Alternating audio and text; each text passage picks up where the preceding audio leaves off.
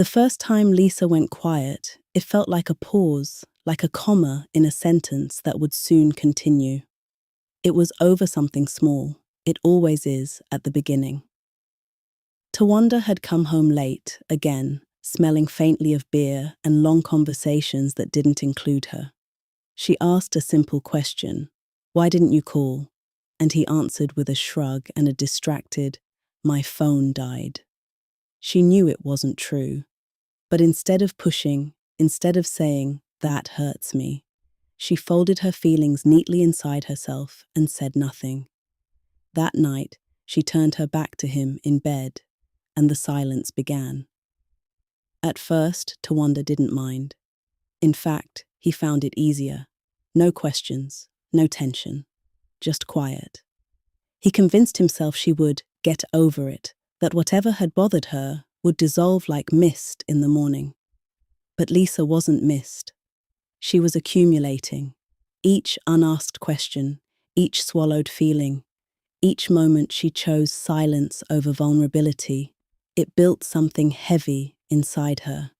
Something that pressed against her chest when she tried to sleep. Something that followed her into the kitchen while she stirred tea she no longer enjoyed. Tawanda noticed the change, but he misread it. She's moody, he thought. She's overreacting.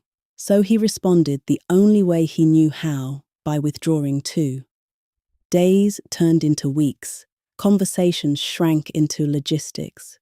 "Did you pay the bill?" "Yes." "What are we eating?" "I don't know."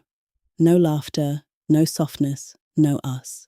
The house, once filled with easy teasing and shared glances, now echoed with the sound of two people carefully avoiding each other.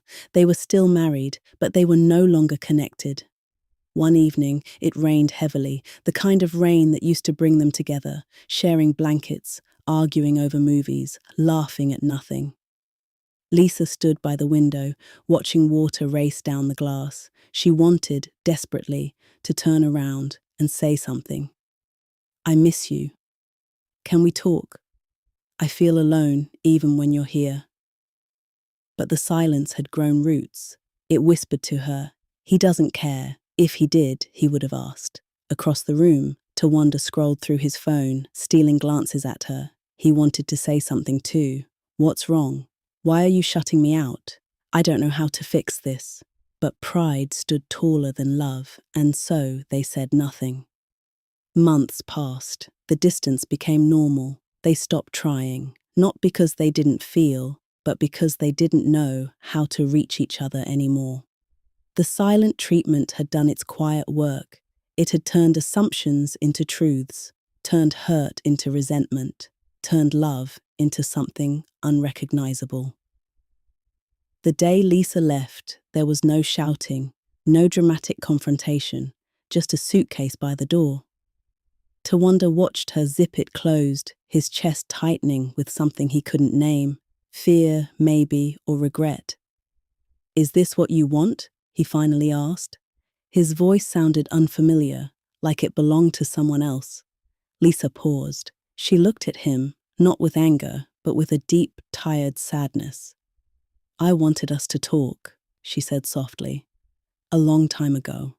The words landed heavier than any argument ever could. Tawanda opened his mouth, searching for something, an apology, an explanation, anything, but found nothing strong enough to undo the months of silence. Because silence doesn't just hide words, it erases the ability to say them. After she left, the house felt louder than ever, not with noise, but with absence. Tawanda noticed everything then, the empty side of the bed, the quiet kitchen, the way no one asked him how his day was, and meant it. He replayed moments in his mind, all the chances to speak, all the moments he chose comfort over connection, all the times silence felt easier than honesty, and he understood too late what the silence had cost him. Lisa didn't come back, not because she stopped loving him, but because love without communication had slowly suffocated, and by the time they both realized it, there was nothing left to save. Some endings are loud, but theirs was quiet.